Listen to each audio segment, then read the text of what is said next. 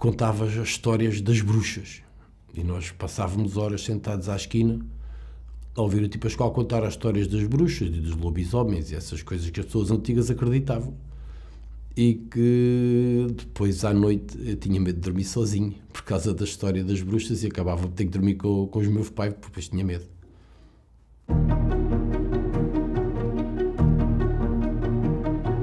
O que mais eu tenho recordação do Pacil era eu ir com a minha avó apanhar lenha no burro, olha, e o burro cair com a gente lá em cima. As recordações mais engraçadas que eu tinha era esta. Mas ele depois levantava-se e continuávamos a carregar, porque cozinhava-se a maior parte das pessoas, ou todas, quase todas as pessoas, cozinhávamos a lume de lenha.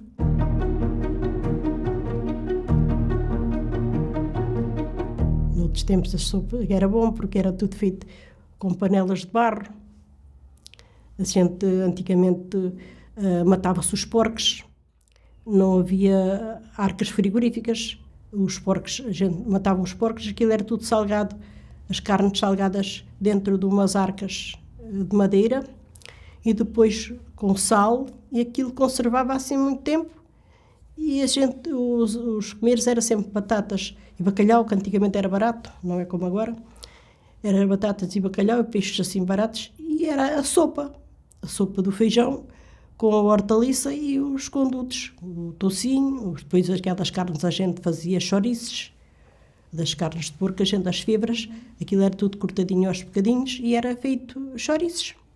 E o comer antigamente era assim, ora aquilo tinha outro paladar, porque era feito em panelas de barro, tem outro panelas de barro e ao lume, não é como agora, era tudo diferente. A gente antigamente não tinha fogões a gás, não tinha luz, não tinha nada dessas coisas, não é como agora, é tudo diferente, era muito melhor. A sopa era mais saborosa.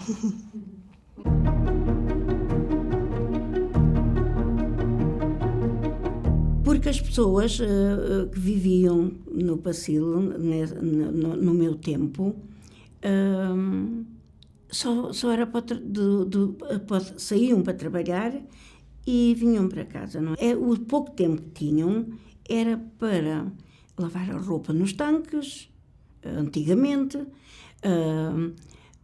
e por vezes ir pescar a água à fonte, porque não havia água canalizada em casa, não tínhamos luz, as luzes eram os candeeiros, ora, tudo muito diferente hoje do que é hoje. A luz era o candeeiro a petróleo, e até a comida também não tínhamos fogão a gás nessa altura, lá não havia.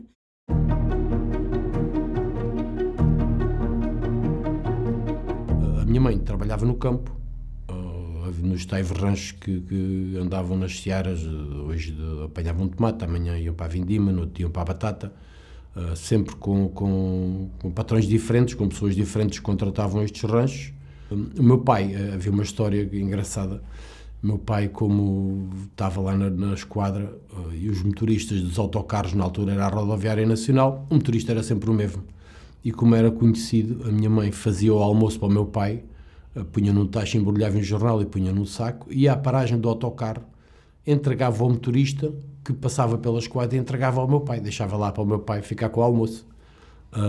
Pronto, e criava-se aqueles hábitos, porque as pessoas também eram sempre as mesmas, eram conhecidas e era fácil fazer.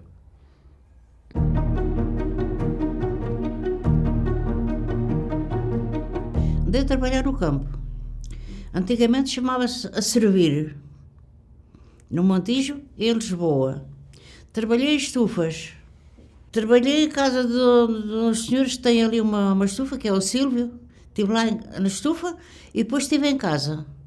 Em casa a fazer a comida, a fazer limpezas, fazer aquilo tudo. Mas depois, quando casei, fui para Angola, depois vim para cá, ainda andei ali na estufa, mas depois fiquei em casa.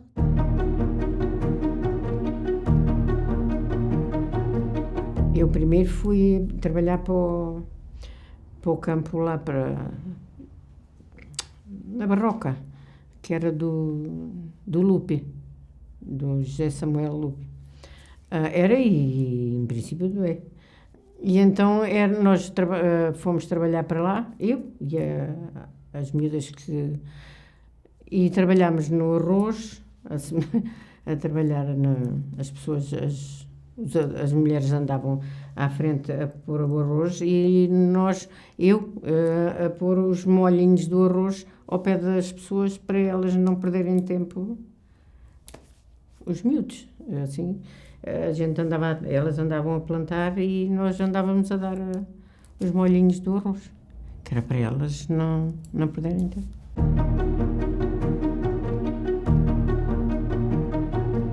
Pronto, cada qual punha-se na sua casa, tudo trabalhava, chegavam a casa e depois, pronto, cada qual tinha a sua casa, não tínhamos assim, os miúdos, a escola, tínhamos escola, a minha filha andou já na escola ali do Pacil, fez a escola de Alcochete também, e pronto, andava tudo assim, eu andava a trabalhar na altura, no Isidoro, abalava de casa às 6h30 da manhã, chegava às 6h30 da tarde, da noite, de inverno era mesmo.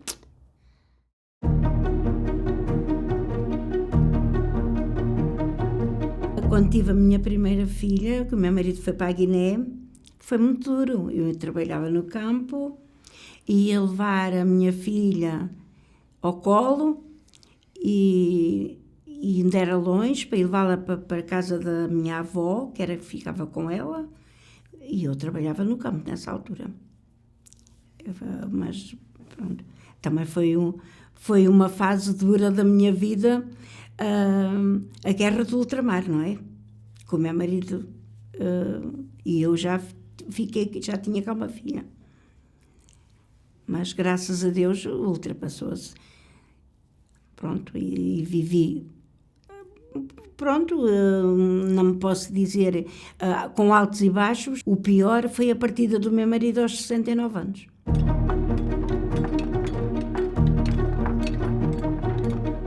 Não olhem a condição do bairro, porque é um bairro que não tem arruamentos, não tem as casas arranjadinhas como tem aqui Alcochete ou no outro lado qualquer.